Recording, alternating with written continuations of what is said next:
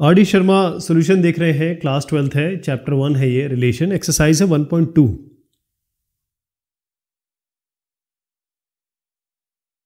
इसमें पहला सवाल है, show that the relation R defined by, और रिलेशन में आपको बता देता हूं क्या है, रिलेशन को कैसे डिफाइन किया गया है। रिलेशन कुछ इस तरीके से है। रिलेशन हमेशा ऑर्डर्ड पेयर होता है और ऑर्डर्ड पेयर में आपका a माइनस बी ये जो है वो दिया है डिविजिबल बाय 3, शॉर्ट में लिखूंगा। और a और b ध्यान रखिएगा, ये दोनों जो है वो z यानी कि आपके इंटीजर्स में है। तो आपको शो करना है कि ये इक्विवेलेंस रिलेशन है, इक्विवेलेंस रिलेशन, राइट। अब सबसे पहले हम रिफ्लेक्सिव ले लेते हैं। रिफ्लेक्सिव क्या कहता है, आप पहले ये a माइनस बी लीजिए और जहां b दिख रहा है वहां a रख दीजिए। तो a, इसको ऐसे लिखेंगे, a माइनस बी की जगह a रख दीजिए, इज डिविजिबल बाय 3। तो a माइनस ए तो 0 होता है, तो 0 तो सभी से डिविजिबल होता है ना। 0 तो 0 बाय 3, जो कोई भी नंबर रखिए 0 के नीचे वो हमेशा 0 ही आता है। तो ये तो ट्रू हो गया, रिफ्लेक्सिव है ये। दूसरे पे आते हैं, दूसरा हम सिमेट्रिक चेक करते हैं। तो a की जगह b कर देंगे, b की जगह a कर देंगे, है ना। तो a minus be divisible by 3 ये मान के चलते हैं। अब चेक करते हैं कि क्या b minus a divisible by 3 है। अब मान लीजिए a minus be divisible by 3 है, जिसको मैं इसको मान लेता हूं 6 और इसको मान लेता हूं 3। एग्जाम्पल ले लेते हैं 6 माइनस 3। तो 6 माइनस 3 तो डिविजिबल बाय 3 है ना। ये तो सही है। तो यहाँ एक्सचेंज कर लेते हैं, इसको 3 माइनस 6 करते हैं तो ये माइनस 3 आएगा। तो माइनस 3 भी तो डिविजिबल बाय 3 है, ये आपका 1 देगा 3/3, और ये माइनस 3/3 आपको -1 देगा, डिविजिबल है ये। तो इसका मतलब ये सिमेट्रिक है। Basically a minus B, b minus A को, b माइनस ए को आप लिख सकते हैं माइनस a माइनस बी। तो नेगेटिव से तो फर्क नहीं पड़ता, क्योंकि नेगेटिव तो केवल साइन चेंज करेगा, लेकिन ये मेन मुद्दा है, ये डिविजिबल है कि नहीं, ये तो ये है, ये मान के चल रहे हैं। अब ये करने के बाद हम आते हैं अपने तीसरे पे, जो हमारा क्या है, तीसरा हमारा ट्रांजिटिव। ट्रांजिटिव चेक करेंगे। ट्रांजिटिव में हम ये मान के चलते हैं कि a minus be divisible by 3 है, और ये भी मान के चलते हैं कि b minus C divisible by 3 है, मतलब a और b और c।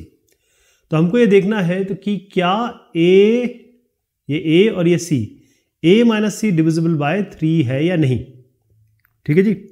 अब इसको करने का तरीका ये होता है कि a minus be divisible by 3 है, इसका मतलब a माइनस बी, तो ये कोई कांस्टेंट होगा, जैसे k कांस्टेंट ले लीजिए, p कांस्टेंट ले लीजिए, जो आपका मन करता है, ये p है। तो हमने इसको 3p कर दिया। आप 3k कर सकते हैं, 3x कर सकते हैं, जो आपकी मर्जी हो। p हमारा कोई कांस्टेंट है। इसी तरीके से b माइनस सी भी डिविजिबल बाय 3 है, तो इसको भी हम कुछ 3 इंटू p या q कर सकते हैं, थोड़ा अलग कर देते हैं इसको, है ना। अब दोनों को ऐड कर लीजिए आप, इस वाले 1 को और इस 2 को ऐड करें तो क्या होगा, a माइनस बी और ये b माइनस सी इक्वल्स 3p प्लस 3q। तो इससे तो b कैंसिल हो गया, a माइनस सी किसके बराबर आ गया, इसे 3 कॉमन ले लीजिए, 3p प्लस q आएगा। अब p प्लस q भी कोई कांस्टेंट ही तो है, हमने तो कांस्टेंट माना हुआ है, तो इसको आप कोई k मान लीजिए, 3 इंटू k मान लीजिए। तो इससे फर्क नहीं पड़ रहा, ये बस ये समझ लीजिए कि 3 का मल्टीपल है, यानी कि a माइनस 3 का डिविजिबल है, 3 यहाँ आएगा ना, तो k कोई कांस्टेंट मिलेगा। इसका मतलब a माइनस सी 3 से डिविजिबल है। इसका मतलब ये जो है ये इक्विवेलेंस रिलेशन है। इक्विवेलेंस रिलेशन तब ये होता है जब ये रिफ्लेक्सिव हो, सिमेट्रिक हो और साथ में ट्रांजिटिव हो। सवाल संख्या 2 है ये। अच्छा, एक चीज मैं बताना रह गया, ये जो सवाल है ये आपके सीबीएसई 2008 में आया है। ठीक है जी। अब जो अगला क्वेश्चन हम कर रहे हैं ये एनसीईआरटी का सवाल है।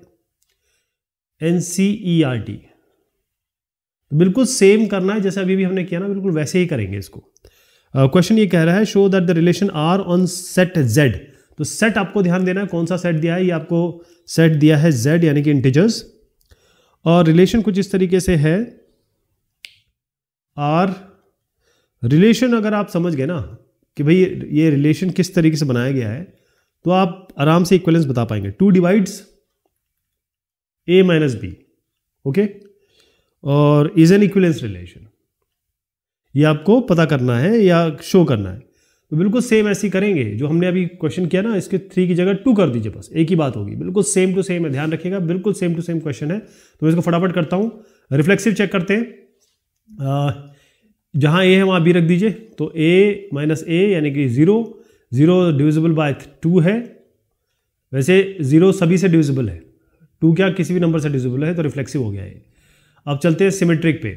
अब a माइनस बी डिविजिबल है आपका 2 से, तो b माइनस ए है क्या नहीं, b माइनस ए को आप माइनस ए माइनस बी लिख सकते हैं, क्योंकि ये डिविजिबल बाय 2 है, यानी कि a माइनस बी कुछ 2 इंटू क्यू है, तो ये आपका इसकी जगह माइनस, ये a माइनस बी की जगह माइनस 2 क्यू लिख सकते हैं। इसका मतलब ये 2 से डिविजिबल है, मतलब 2 आगे आ रहा है, जैसे मैंने पहले बताया उसको भी वैसे भी कर सकते हैं। तीसरा है आपका, हम ट्रांजिटिव चेक कर रहे हैं। हम ट्रांजिटिव में क्या है, a माइनस बी और b माइनस सी, क्योंकि डिविजिबल है दोनों 2 से, तो इसको हम लिख सकते हैं 2 से p, इसको लिख सकते हैं 2q, दोनों को जोड़ दीजिए, इसको 1 मान लीजिए, इसको 2 मान लीजिए, दोनों को जोड़ दीजिए, तो a minus B plus B minus C बराबर हो गया 2p प्लस 2q, तो ये b कैंसिल हो गया, a माइनस सी हो गया, 2 कॉमन ले लिया, p प्लस q को हम कोई k कर देते हैं, तो ये क्योंकि इंटू 2k है, इसका मतलब ये डिविजिबल है किससे, 2 से, क्योंकि कांस्टेंट आ रहा है यहाँ पे, इसका मतलब ये ट्रांजिटिव भी है। तीसरा क्वेश्चन है, prove that the relation R on Z defined bye.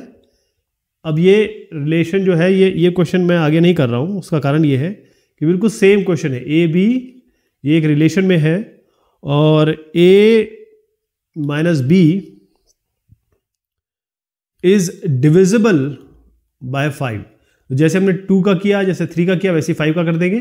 बस आपको ये करना है तीसरे वाले में, जब आप ये करेंगे ना ट्रांजिटिव में, तो a माइनस बी बराबर 5p कर दीजिएगा, और b माइनस सी, ट्रांजिटिव बता रहा हूँ, सिमेट्रिक और ये रिफ्लेक्सिव तो आराम से कर लेंगे, तो b माइनस सी को आप 5q कर लीजिएगा, दोनों को जोड़ दीजिएगा, तो आपका b, मैं जोड़ देता हूँ अभी, a माइनस बी और प्लस b माइनस सी आपका 5p प्लस q।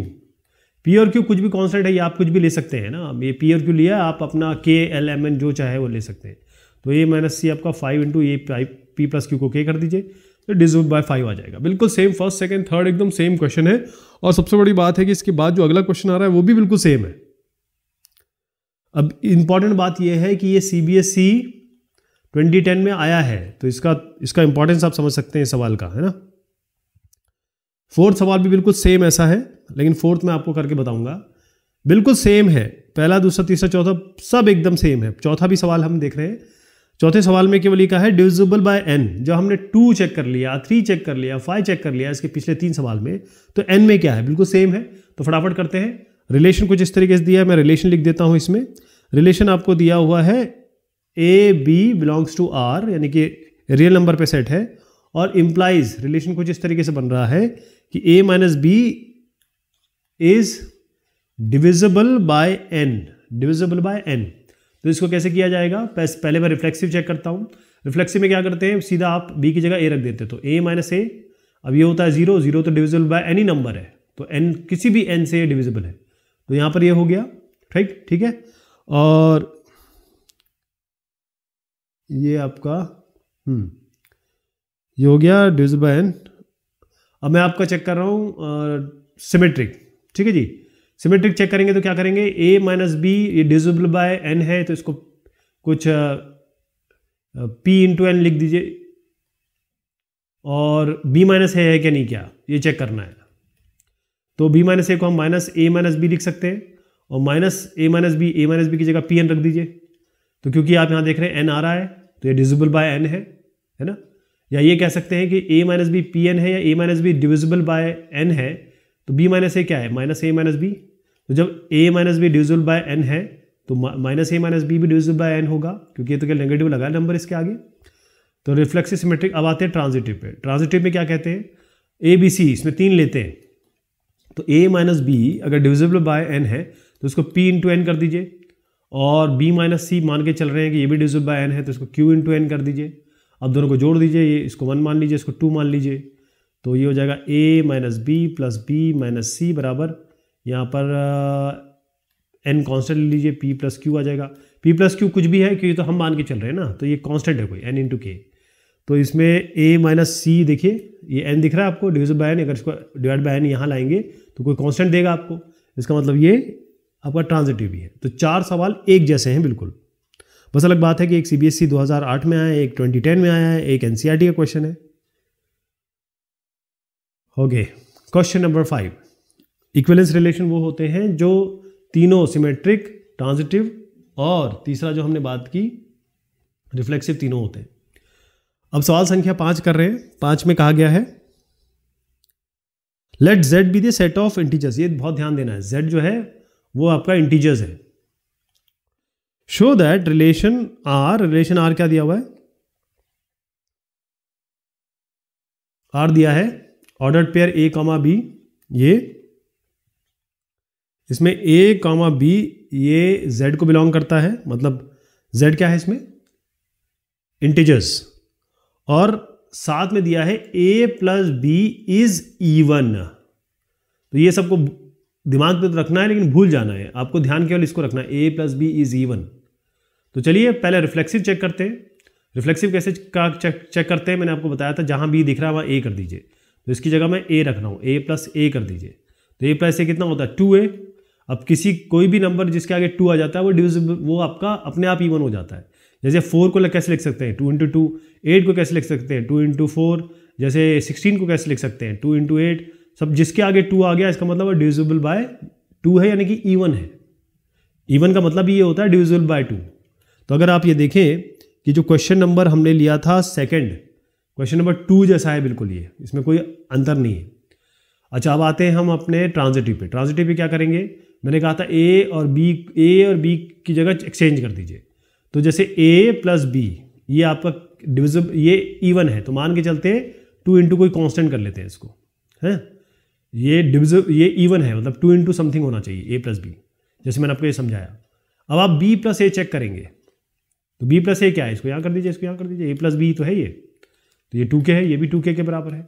इसका मतलब दोनों ही, अगर a प्लस बी होल्ड करेगा तो b plus a b hold करेगा तो b a भी होल्ड करेगा, क्योंकि b a को इसकी जगह मैंने b रख दिया, इसकी जगह a रख दिया, फिर दोनों को इधर उधर करेंगे तो भी फर्क नहीं पड़ रहा, दोनों 2k है, यानी कि दोनों के दोनों इवन है।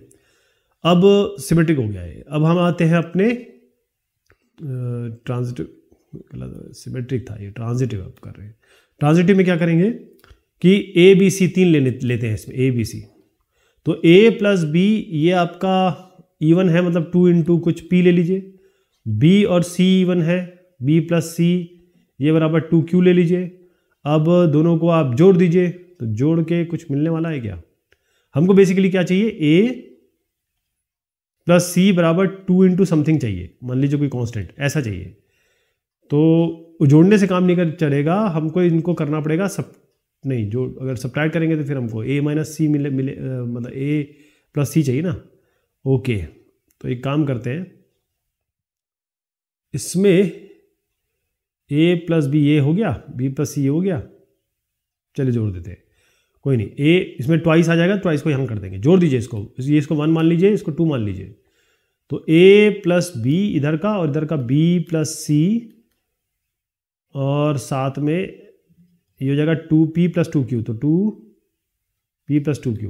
अब आप देखिए ये है a plus C plus 2b, इसको मैं 2b लिख रहा हूँ, बराबर 2p प्लस 2q।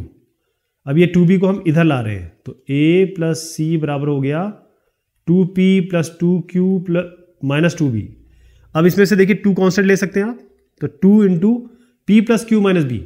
अब p plus Q minus B, इसको आप कोई कांस्टेंट मान लीजिए, कोई एक के मान, कोई वैल्यू तो आएगी ये, है ना, क्योंकि हम p q ये b सारा का सारा तो यहाँ चल रहा है, इंटीजर चल रहा है, तो कोई कांस्टेंट मान लीजिए k, इंटीजर ही वैल्यू होगी वो। तो a प्लस सी आपका क्या आ गया, कोई 2 इंटू कॉन्स्टेंट आ गया जो हमें चाहिए था, तो इसका मतलब ये ट्रांजिटिव भी है। तो r जो हो गया आपका इक्विवेलेंस रिलेशन हो गया z पे। अब छठवां क्वेश्चन है, m is said to be related to n if m and n are integers and m minus n is divisible by 13. Does this define an equivalence relation? अब ये सवाल मैं फटाफट यहीं से बताऊंगा आपको, क्योंकि ये ऐसे सवाल हम 5 कर चुके हैं अभी तक, 4 तो कर ही चुके हैं। तो बेसिकली क्या है कि रिलेशन कुछ इस तरीके से बना रहे हैं हम, एम एन बिल्कुल सेम है जैसे हमने पहले 4 सवाल किए। इसमें एम और एन बताया जा रहा है, ये एम और एन यहाँ पर लगा दीजिए कोलन, एम और एन जो है ये इंटीजर्स है, और m माइनस एन जो है वो डिविजिबल बाय 13 है।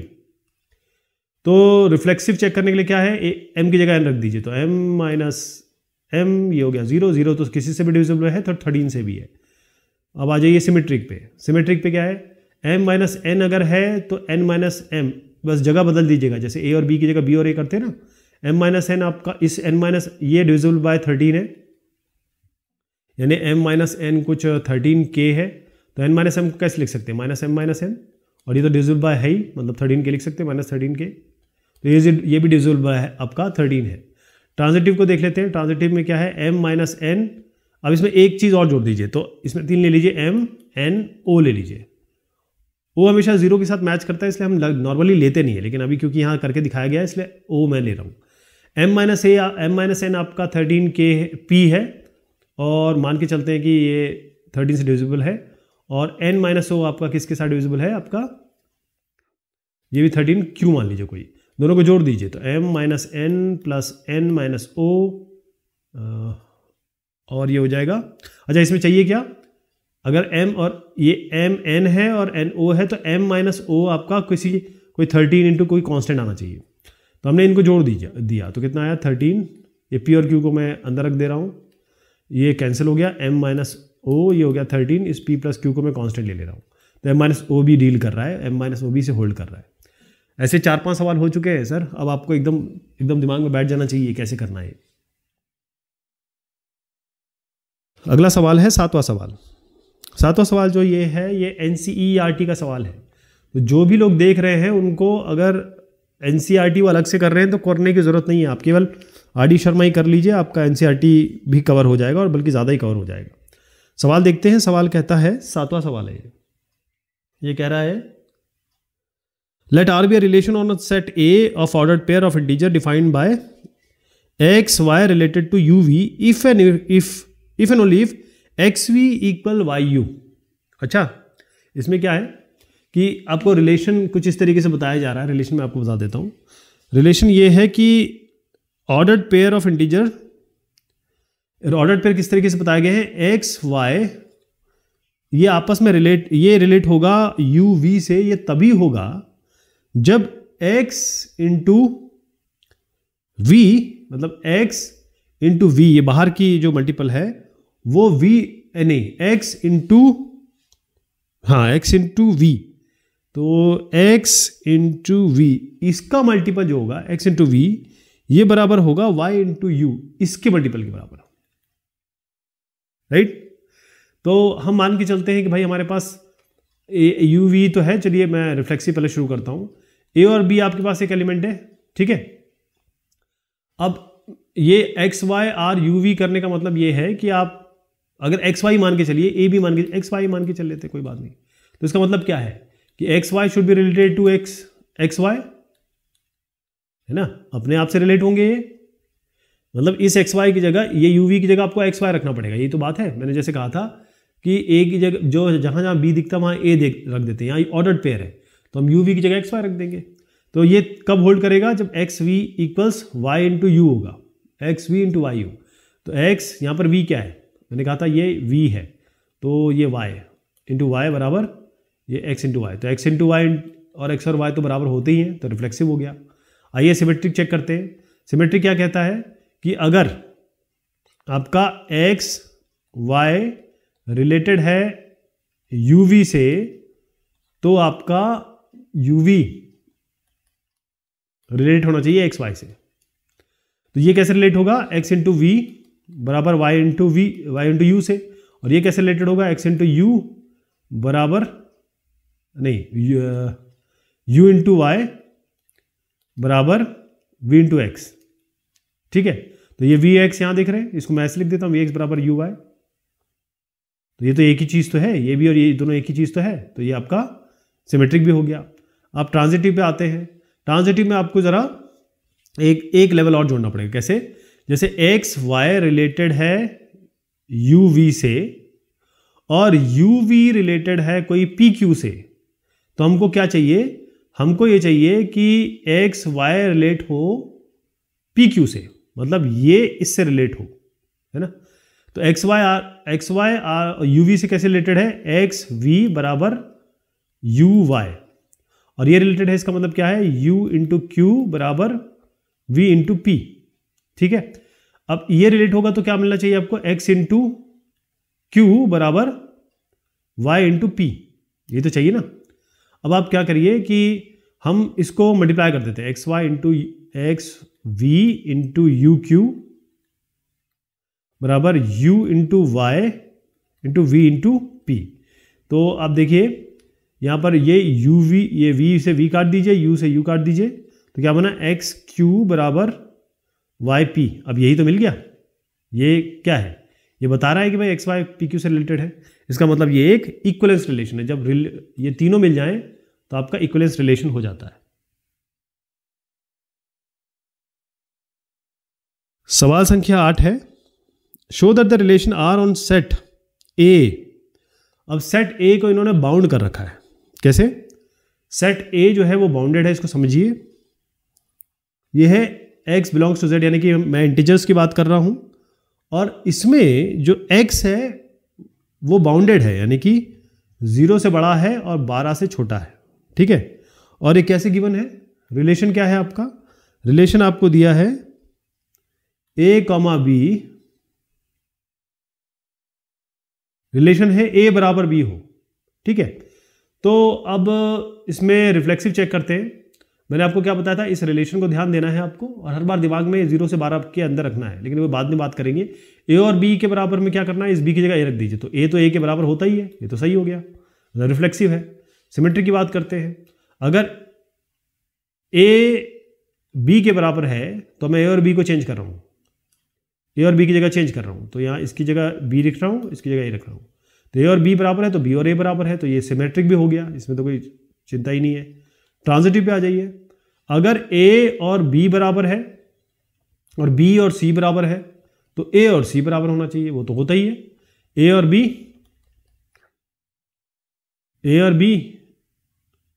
ये a b बराबर b है, b बराबर c, मतलब a बराबर c है, तो क्लियर दिख ही रहा है, ठीक है जी। तो ये आपका क्या हो गया, ये इक्वलेंस रिलेशन हो गया आपका, किसमें, ट्रांजिटिव भी हो गया है, तो ये आपका इक्वलेंस रिलेशन बता रहा है। अब इसमें एक चीज आप देखिए कि कौन सा ऐसा नंबर है जो तीनों सेटिस्फाई करेगा, है ना, कौन सा ऐसा नंबर है जो तीनों सेटिस्फाई करेगा कि भाई x z हो और 0 से 12 हो, राइट। अब इसमें जो इसका उत्तर दिया है, मैं जरा उत्तर देख लूं, 8वां है, नहीं है, कौन सा सवाल है,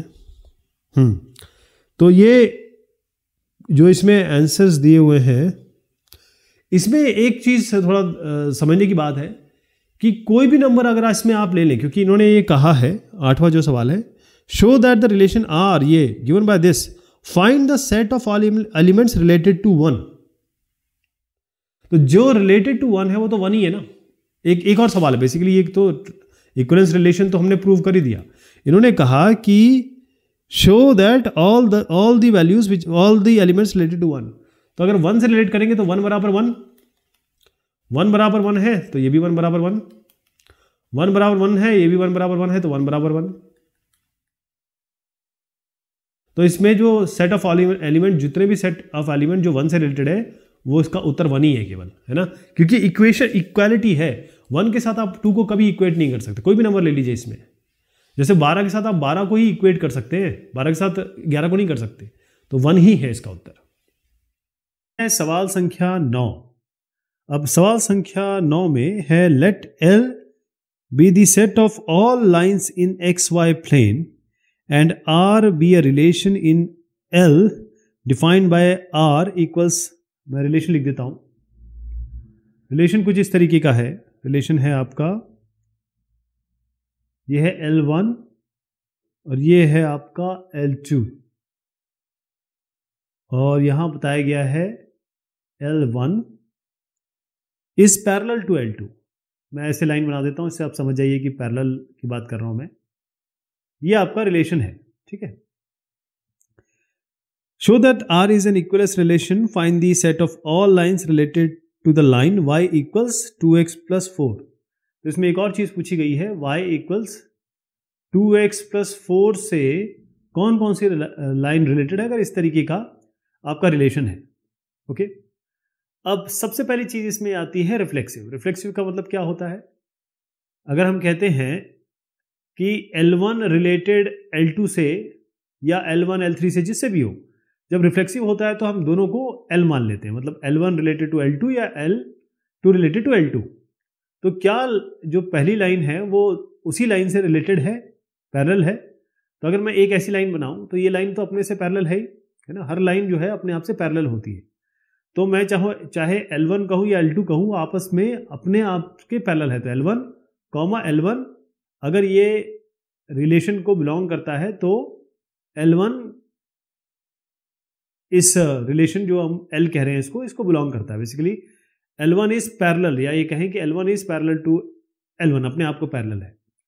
अब सिमेट्रिक में आ जाइए, सेम चीज करेंगे, लेकिन यहां पर L1 L2 लेते हैं, और अगर L1 रिलेटिव टू L2 यानी कि L1 और L1 L2 से पैरेलल है, ये है L1, ये है L2। अगर L1 L2 से पैरेलल है तो बनी बात है कि L2 भी L1 से पैरेलल होगा। इसका मतलब L2 भी रिलेटेड होगा L1 से। किस तरीके से रिलेटेड होगा, पैरेललिज्म के थ्रू। तो ये सिमेट्रिक भी हो गया। अब हम आते हैं ट्रांजिटिव पे। ट्रांजिटिव क्या कहता है, L1 L2 L3 ऐसे तीन लेने होते हैं हमें। तो अगर L1 पैरेलल है L2 से, यानी कि ये L1 है और ये L2 से पैरेलल है, और L2 L3 से पैरेलल है, मतलब L2 किसी L3, ये L3 मान लीजिए, इससे पैरेलल है, तो इसका सीधा मतलब है कि जब एक लाइन दूसरे से पैरेलल है और ये लाइन इससे पैरेलल है और ये लाइन इससे पैरेलल है, इसका मतलब ये दोनों पैरेलल है, ये इससे ये इससे पैरेलल हो गया। इसका मतलब ट्रांजिटिव में L1 रिलेटेड है L3 से, तो इसका मतलब ये क्या हो गया, ये आपका ट्रांजिटिव भी हो गया। इसका मतलब ये इक्विवेलेंस रिलेशन है। अब ध्यान दीजिए, मैं आपको अगर थोड़ा सा पिछले डिस्कशन के, मतलब जो हमने लास्ट क्लासेस में डिस्कस किया था, मैंने आपको बताया था कभी भी एक लाइन है y इक्वल्स mx प्लस सी से अगर वो लिखी हुई है, जैसे हमारे इस सवाल में दिया है y इक्वल्स 2x प्लस आपका ये 4 है, तो अगर हम एक्स वाई प्लेन की इस तरीके से बात करें तो एक लाइन इसमें m क्या है, m तो इसका या ये एंगल होता है, और c क्या है, ये इसका y इंटरसेप्ट होता है, ये वाला यहां से यहां तक। तो दूसरी लाइन अगर इसके पैरेलल होगी तो केवल y इंटरसेप्ट ही चेंज होगा, क्योंकि इसका m तो सेम होगा। m मतलब जो होता है tan थीटा, इंक्लिनेशन। तो केवल आपको यहां पर कांस्टेंट कर देना, y equals 2x plus k कर दीजिए या c कर दीजिए। यही लाइन है जो इससे रिलेटेड है, वो सारी पैरेलल है। नेक्स्ट क्वेश्चन है, show that the relation R1 defined by as set A of all polygons as, relation कुछ इस तरीके, पहले तो ये बता दूं पॉलीगन्स की बात हो रही है, और सेट A है, और जितने भी पॉलीगन्स बन सकते हैं, जितने भी मतलब एग्जिस्ट करते हैं, वो सब पॉलीगन्स की बात हो रही है यहाँ पे, चाहे वो ऑक्टागन हो, हेक्सागन हो, डेकागन हो, जो भी पॉलीगन हो सकते हैं। अब इसमें रिलेशन कुछ इस तरीके से दिया हुआ है, रिलेशन दिया हुआ है आपका P1, P2, और ये जो पॉलीगन है ये कैसे रिलेटेड है, P1 and P2 have same number of sides. जो पॉलीगन 1 है और जो पॉलीगन 2 है वो same number of side, SNOS कर देता हूं इसको, सेम नंबर ऑफ साइड। आपको ये बताना है कि इक्विवेलेंस रिलेशन है कि नहीं, पहली चीज। और फिर उसका दूसरा सवाल इसमें है, what is the set of all elements in A related to the right angle triangle T with sides 3, 4, 5। अब इसमें देखिए कि सबसे पहले हम क्या करते हैं, इसको पहले हम इक्विवेलेंस रिलेशन प्रूव कर लेते हैं। इक्विवेलेंस रिलेशन प्रूव करने का मतलब क्या होगा कि अब सबसे पहले हम इसको बताएंगे रिफ्लेक्सिव है। रिफ्लेक्सिव का मतलब ये है, जैसे मान लीजिए ट्राइंगल ही लेके चलते हैं, सबसे सिंपल यही है, ट्राइंगल लेके चलते हैं, 3 साइड है इसके। तो अगर मैं कहता हूं कि भाई एक पॉलीगन है P1, क्या वो रिलेटेड है अपने आप से, मतलब इसका साइड और इसका साइड बराबर है, बिल्कुल सेम है। एक पॉलीगन अगर ये P1 है तो ये भी तो P1 अपने आप से रिलेटेड है, तो सेम नंबर ऑफ साइड्स है, क्योंकि relation same number of side है, तो इसके तीन साइड है, इसके भी 3 साइड है। रिफ्लेक्सिव तो हो गया, सिमेट्रिक पे आ जाते हैं। अगर हम कहेंगे एक पॉलीगन P1 रिलेटेड है P2 से, मतलब ये P1 और P2, ये P1 हो गया और मैं एक और ट्राइंगल बना देता हूँ P2, तो इसके 3 साइड है तो इसके भी 3 साइड है, तो इसके 3 साइड होंगे तो इसके भी 3 साइड होंगे, है ना। ये 3 है तो ये 3 है, क्योंकि ये रिलेशन तो है सेम नंबर ऑफ साइड से रिलेटेड, मतलब एक जो नंबर ऑफ साइड है वो इक्वल होनी चाहिए, तो इसका मतलब ये है कि P2 भी रिलेटेड है P1 से। ठीक है, ये हो गया। अब ट्रांजिटिव पे आ जाइए। ट्रांजिटिव का मतलब क्या है कि अगर एक पॉलीगन P1 है, 3 लेने पड़ते हैं इसमें, P1 रिलेटेड P2, यानी कि इन दोनों के अगर सेम नंबर ऑफ साइड्स हैं, मान लीजिए 4 ही मान लेते हैं आप, ठीक, और थोड़ा सा एग्जांपल चेंज कर रहा हूँ, 4 ले लेता था इस बार। अब P2 P3 से रिलेटेड है, अगर इसके 4 है और इसके 4 है, और P2 रिलेटेड है P3 से, तो इसके 4 है तो इसके भी 4 है, मतलब दोनों के 4 है, तो इसका मतलब सीधी बात है कि P1 और P3 कैसे रिलेटेड है, इसका 4 साइड इसका 4 साइड, मतलब P1 जो है रिलेटेड है P3 से, है ना, इसका मतलब ये ट्रांजिटिव भी है। अब इसमें एक चीज कही गई है आपको, एक ही बनता है उसमें, ये सबसे इंपॉर्टेंट बात ये है कि आपके NCERT का सवाल है। इसमें कहा गया है कि what is the set of all elements in related to the right angle triangle T with sides 3, 4, 5। तो अगर आप देखें, ये अगर मैं 3 बनाता हूं, ये 4 बनाता हूं, तो ये 5 ऐसे बनेगा, कैसे, 3 स्क्वायर और 4 स्क्वायर, यानी 3 स्क्वायर होता है 9, 4 स्क्वायर होता है 16, दोनों को जोड़ दीजिए, 9 और 16 बनता है 25, इसका अंडर रूट लेंगे तो आपको बनता है 5, तो ये 5 बनेगा। तो ये बेसिकली ये राइट एंगल ट्राइंगल है, पाइथागोरस थ्योरम से बनता है। तो केवल एक ही है सेट ऑफ ऑल ट्राइंगल्स, जो एक ही ट्राइंगल, मतलब इस सेट में एक ही ऐसा ट्राइंगल होगा जिसके साइड्स 3, 4 और 5 होंगे, और किसी के नहीं हो सकते, क्योंकि 3, 4 और 5 का मतलब ही ये है कि भैया ये राइट एंगल ट्राइंगल है और ये पाइथागोरस थ्योरम को फॉलो कर रहा है। नेक्स्ट है 11वां सवाल। 11वां में कहा गया है let O be the origin, we define a relation between two points P and Q in a plane if OP equals OQ, show that the relation so defined is an equivalence relation. तो इसमें क्या करते हैं कि पहले आप देख लीजिए सेट कौन सा दिया है, O ओरिजिन दिया है and we define a relation between two points P and Q। तो P और Q के बीच में क्या रिलेशन है, P और Q के बीच में ये रिलेशन है कि OP बराबर OQ होना चाहिए।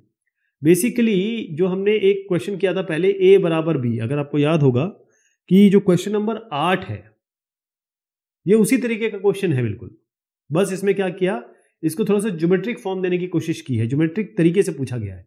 तो अगर मैं ऐसे कहूं कि मेरे पास ये ओरिजिन है, ये पॉइंट P है और ये पॉइंट Q है, ये इस तरीके से रिलेटेड है कि OP ये डिस्टेंस और OQ, मतलब ये डिस्टेंस और ये डिस्टेंस सेम है। तो अगर मैं इसको रिफ्लेक्सिविटी शुरू करूं, इसकी रिफ्लेक्टिव ये कहते हैं कि हर पॉइंट, जैसे मैंने कहा OP, तो क्या OP रिलेटेड है OP से, कैसे रिलेटेड है कि दोनों का जो लेंथ है वो एक है, यानी कि OP बराबर OP, तो एक ही लाइन की बात हो रही है, तो ये तो बराबर ही होंगे, जैसे A बराबर A कहा था ना हमने, वैसे लाइन की लेंथ भी बराबर है, इसका मतलब रिफ्लेक्सिव हो गया।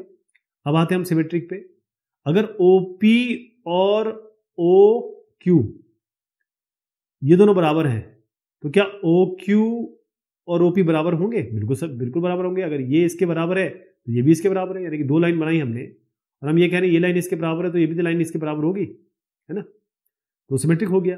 अब ट्रांजिटिव पे आ जाइए, अगर एक लाइन जैसे OP OQ, और यहां पर मैं एक और दे देता हूं आपका, मान लीजिए PQ R दे देते हैं, यहाँ पे ये R दे देते हैं यहाँ पर, तो अगर OP बराबर है OQ से और OQ बराबर है OR से, तो सीधी सी बात है एक लाइन दूसरे के बराबर है, दूसरी लाइन तीसरे के बराबर है, तो पहली लाइन तीसरे के बराबर हो गई, यानी OP और इसी रिलेशन से OP और OR भी रिलेटेड होंगे, है ना, तीनों साइड बराबर है, OP बराबर OQ बराबर OR, जो यहां पर भी दर्शाने की कोशिश की गई है। इसका मतलब ये ट्रांजिटिव भी है, राइट। और कुछ भी और भी पूछा गया क्या इसमें, नहीं, ये तो नहीं पूछा गया। देखिए इसके पहले वाला जो क्वेश्चन था वो एनसीईआरटी का था, ध्यान रखिएगा। वैसे एनसीईआरटी के और भी क्वेश्चन आ रहे हैं, जैसे ये 12वां क्वेश्चन है, 12वां क्वेश्चन जो है ये भी एनसीईआरटी का क्वेश्चन है। तो ये आपका एनसीईआरटी का क्वेश्चन है ना। इसमें कहा गया है let R be a relation defined on a set A set आपको दिया है, ए सेट लिख देता हूं मैं। ये है 1 2 3 4 5 और 6 और 7 ऐसे नंबर्स है इसमें। और रिलेशन किस तरीके से डिफाइन है, A comma B both A and B are either odd और इवन, ईदर ऑड और इवन। तो रिलेशन कुछ इस तरीके से दिया है, जो ऑर्डर्ड पेयर होगा तो या तो दोनों ही इवन होंगे, या दोनों ही बोथ इवन या both odd. A and B are either even और ऑड, ईदर इवन, या तो इवन होंगे या ऑड होंगे। Show that R is an equivalence relation, पहले तो हम इक्विवेलेंस रिलेशन बताएंगे इसको, और फिर उसके बाद further show that all the elements of the subset 1 3 5 7 are related to each other and all the elements of the subset 2 4 6 are related to each other but no elements of the subset 1 3 5 7 is related to any elements of the subset 2 4 6। Okay, इसको मैं सबसे पहले आपको शुरू करता हूं एक ऐसे सेट बना के। ये है 1 2 3 4 5 6 7। यहां पर देखिए 1 2 3 4 5 6 7। अभी इसमें देखिए, इसमें रिलेशन इस तरीके से बताया गया कि ए बी या तो दोनों इवन होंगे या दोनों ऑड होंगे। तो दोनों इवन कौन कौन से हो सकते हैं, 2 किस किस से रिलेट कर सकता है आपका, दोनों इवन 2 2 2 4 और 2 6। तो 2 2 2 4 और 2 6 ऐसे आ जाइए आप 4 से, तो 4 2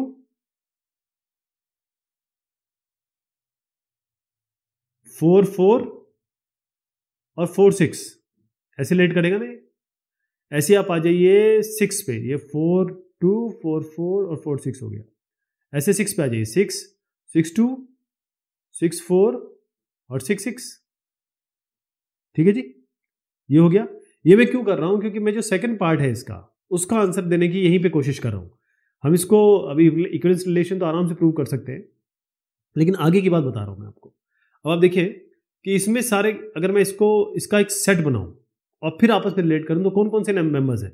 इसका एक मैं सेट बना रहा हूं, कौन कौन से नंबर है, 1 2 है इसमें, और 4 है, और ये 6 है। ठीक है जी, 2 4 6। अब 2 4 6 यहां से देखिए, इस 2 4 6 को रिलेट कर रहा हूं, 2 4 6 का एक सेट बना रहा हूं, और यहां 2 4 6 का एक बना रहा हूं। तो ये सारे जो आपको मिलेंगे, ये आपका सेट है। मान लीजिए सेट एस इवन कर देता हूँ, एस ई कर देता हूँ, ये सेट ई है, ये भी सेट ई है। अब मैं इसका क्रॉस प्रोडक्ट ले रहा हूँ, S E cross S E, तो क्या आएगा आपका, यही तो आएगा, ये पूरा का पूरा आ जाएगा यहां से यहां तक। 2 2 2 4 2 6, 4 2 4 4 6 और 6 2 6 4 6 6। तो ये तो समझ में आ गया आपको।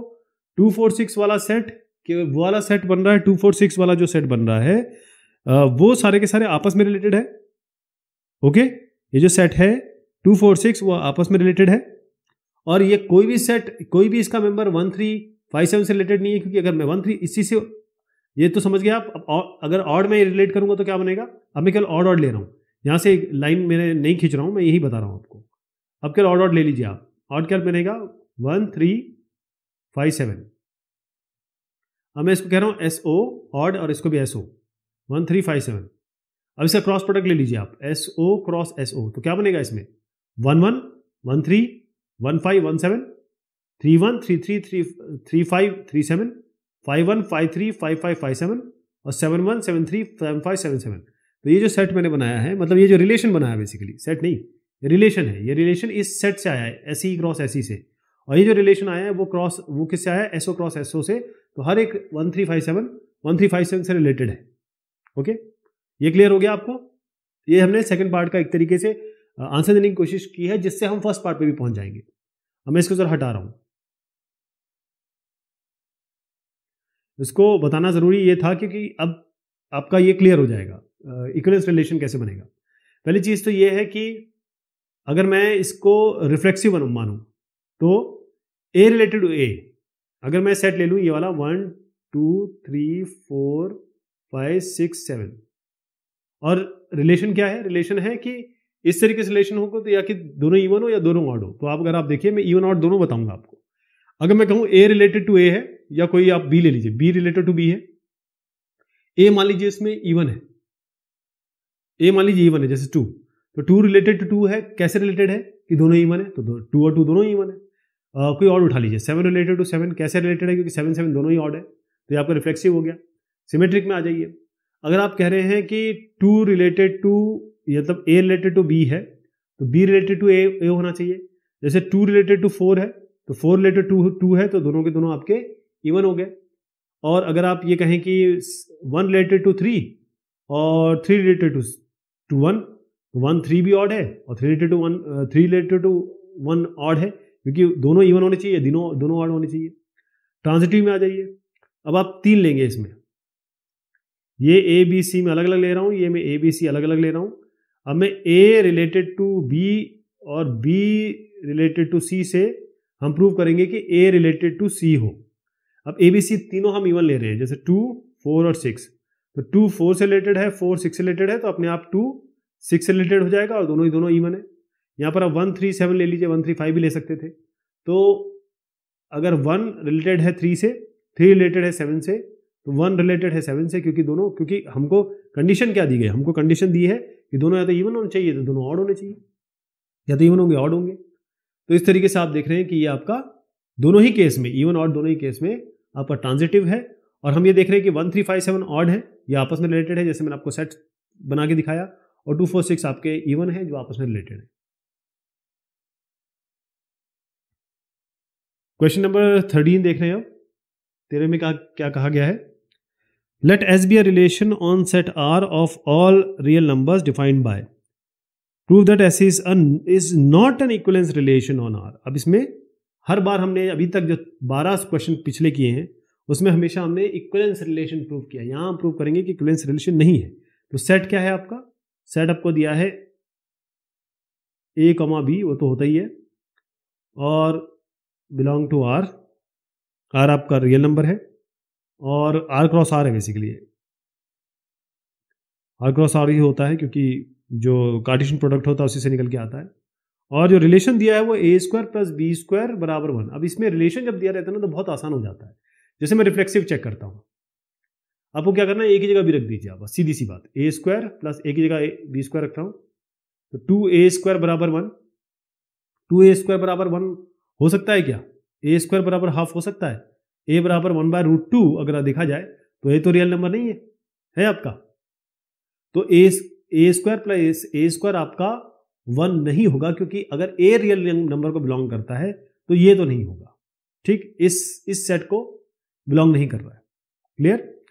अब सिमेट्रिक में आ जाते हैं। सिमेट्रिक में क्या कहता है कि ए स्क्वायर प्लस बी स्क्वायर बराबर 1 है। सिमेट्रिक में सीधा क्या करते हैं, ए और बी को इधर उधर कर देते हैं, है ना, इसकी जगह ए रख देंगे, इसकी जगह बी रख देंगे, तो ये बन जाएगा बी स्क्वायर प्लस ए स्क्वायर बराबर 1। अब इसको ऐसे कर दें, इसको यहाँ कर दें, इसको यहाँ कर दें, तो ए स्क्वायर प्लस बी स्क्वायर बराबर 1।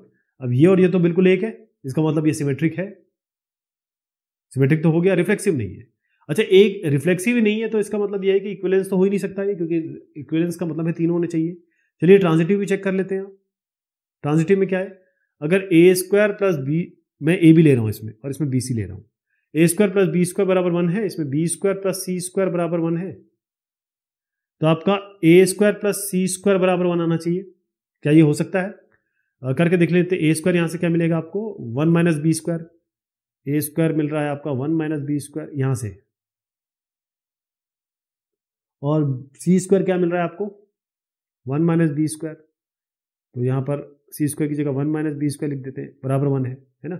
तो आपका कितना आ गया, ये बी स्क्वायर बराबर आपका हो गया, नहीं 2, ये मैं क्या कर रहा हूँ कि ये 1 और 2 यहाँ ले जा रहे हैं हम, ठीक है। तो या फिर 1 को इधर ले आइए, बी स्क्वायर को वहाँ कर दीजिए, तो आपका 2b स्क्वायर बराबर हो जाएगा 1।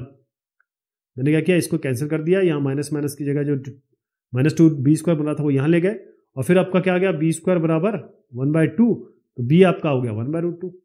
तो यहाँ पर फिर सिर्फ ये जो ये कंडीशन यहाँ थी वो यहाँ भी फेल हो गई, इसका मैं ट्रांजिटिव भी नहीं है। ध्यान रखिएगा जो सेट है वो आपको क्लियरली दिया हुआ है कि रियल नंबर वाला सेट है। ओके, तो यहां ये भी फेल हो गया, इसका मतलब ये इक्विवेलेंस रिलेशन नहीं है। 14th क्वेश्चन है आपका, इसमें कहा गया है कि let z be the set of all integers, z integer है, and z0 be the set of all non zero integers. तो z में तो जीरो आता है, बस z0 में जीरो नहीं आता है। Let a relation r on z cross z0 be defined as follow. तो यहां पर आपका सारा जो आएंगे वो विदाउट जीरो आएंगे, यहां आपके जीरो के मतलब यहां सब जीरो वाले के साथ वाले आएंगे, यहां आपके बगैर जीरो के साथ आएंगे। तो z क्रॉस z0 है, ध्यान रखिएगा, थोड़ा सा इसमें समझना जरूरी है। और इसको डिफाइन कैसे किया गया है कि ए बी ये रिलेटेड है आपके सी डी से, ये से रिलेटेड है, और ये इंप्लाई क्या कर रहा है। अब देखिए इसमें क्या किया गया है कि इसको मल्टीप्लाई किया गया है ए डी को, और इसको बराबर किया है बी सी से। तो ए डी बराबर बी सी, जिसमें ए बी और सी डी इस ए बी और सी डी दोनों इसमें बिलोंग करना चाहिए। ओके, तो चलिए रिफ्लेक्सिव चेक कर लेते हैं आप। रिफ्लेक्सिव में क्या है, रिफ्लेक्सिव में आपको यहां ए बी है तो यहां भी ए बी रख दीजिए, और ये कैसे रिलेटेड होगा, ए इंटू बी बराबर बी इंटू ए, तो एक ही है, ए बी एक ही बात है, तो रिफ्लेक्सिव हो गया। सिमेट्रिक पे आ जाइए, तो ए बी रिलेटेड है आपके सी डी से, तो सी डी रिलेट होना चाहिए ए बी से, तो इससे क्या मिलेगा, ए इंटू डी बराबर बी इंटू सी। इससे क्या मिलेगा, सी इंटू बी बराबर ए इंटू डी। तो ये दोनों एक ही तो है ना, ये दोनों बिल्कुल सेम है, तो आपका सिमेट्रिक भी हो गया। ट्रांजिटिव पे आ जाइए आप, तो ए बी रिलेटेड है सी डी से, और इसमें थोड़ा सा एक और नई चीज़ ले लेते हैं। ए बी आपका सी डी है, ई एफ ले लेते हैं, और सी डी रिलेटेड है ई एफ से। तो आपको ये प्रूव करना है कि ए बी रिलेट होना चाहिए ई एफ से।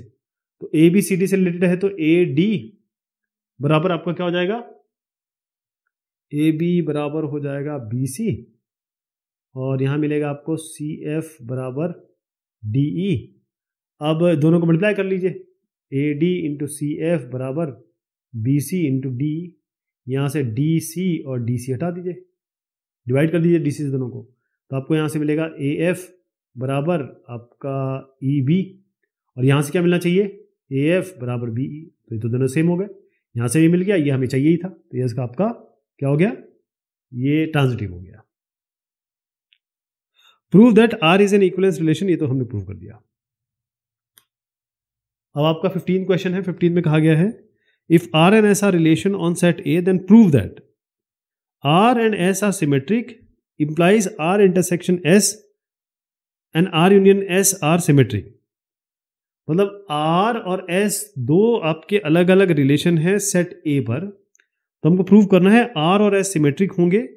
अगर आर और एस सिमेट्रिक हैं, इसका मतलब सीधी सी बात है कि आर इंटरसेक्शन एस और आर यूनियन एस ये आपके सिमेट्रिक होनी चाहिए।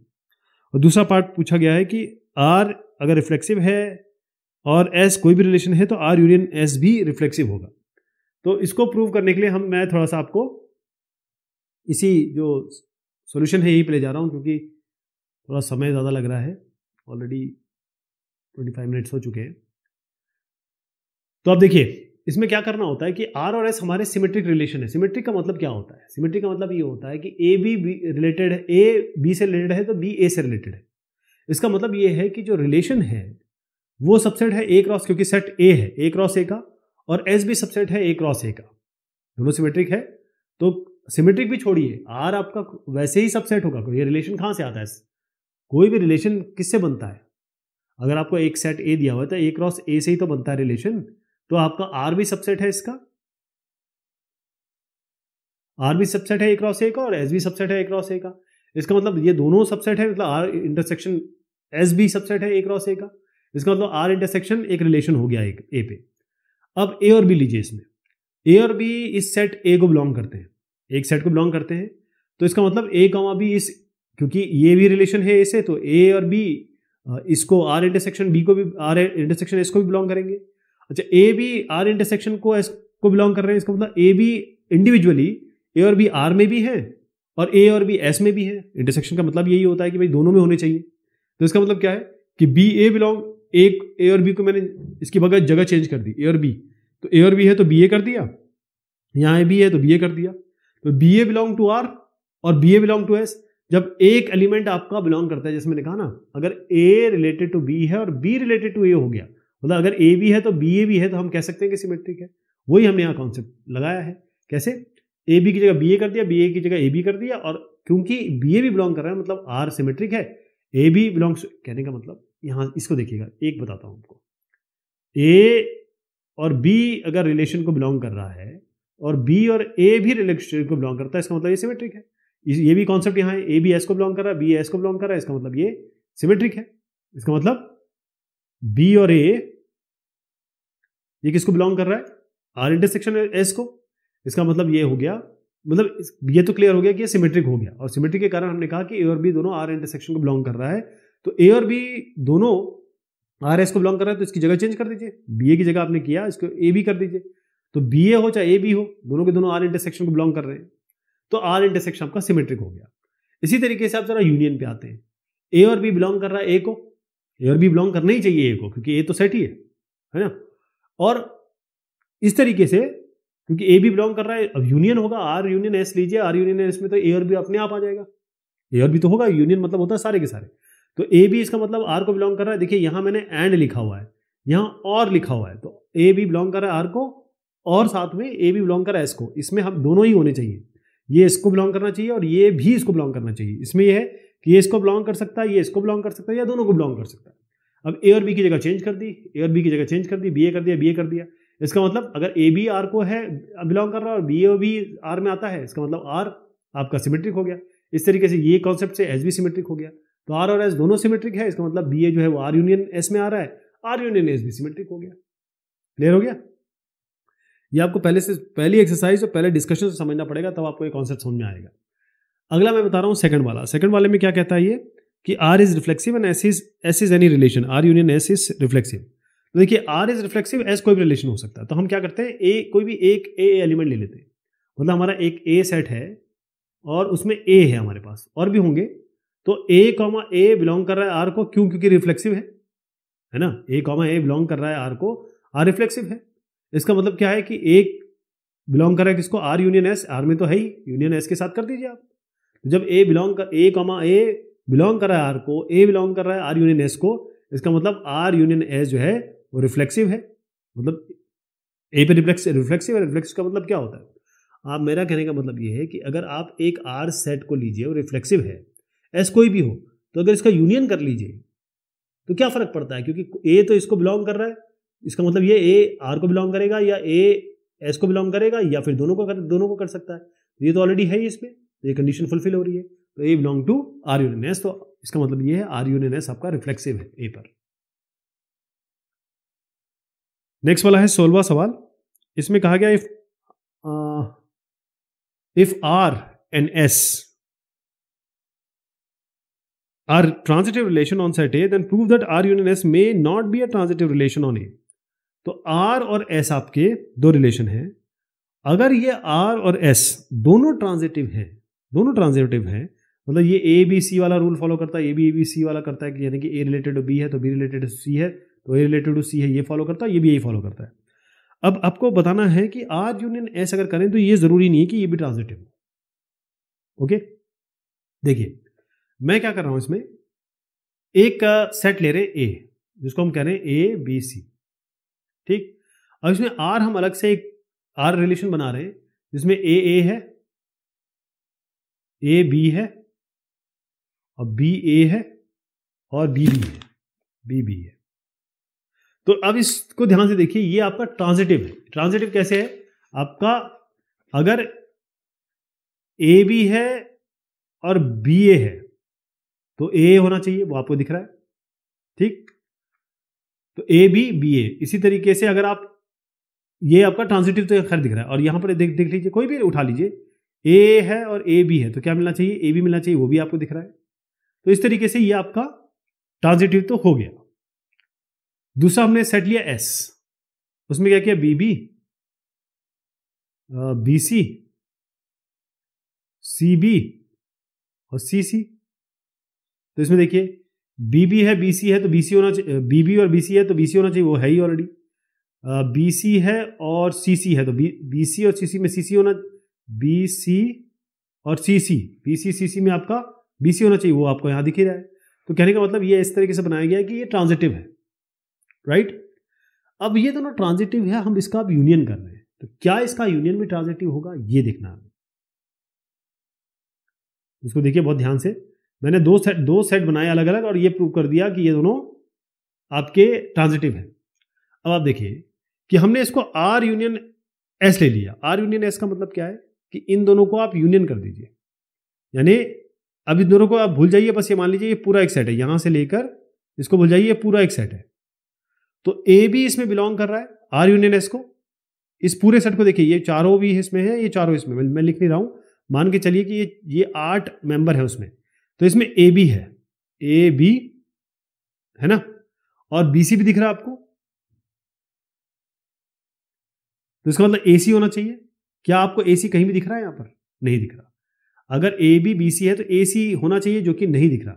इसका मतलब अगर R यूनियन S करें, इन दोनों का यूनियन करें, इन दोनों को मैंने यूनियन कर दिया, मतलब एक सेट बना दिया इसमें, और वहां पर हमें क्लियर दिख रहा है कि AB BC दिखने के बाद भी AC नहीं दिख रहा है, तो जरूरी नहीं है कि R यूनियन C भी ट्रांजिटिव हो, तो ये ट्रांजिटिव नहीं है इसमें। एक और सवाल है, कई ऐसे एडिशन है जिसमें आपको ये मिलेंगे, तो अगर आप देखें कि अगर आपके पास हो तो आप इसको इस तरीके से कर सकते हैं। चलिए साहब, ये बात हुई इस एक्सरसाइज की। बहुत शुक्रिया, बहुत मेहरबानी आप सभी की।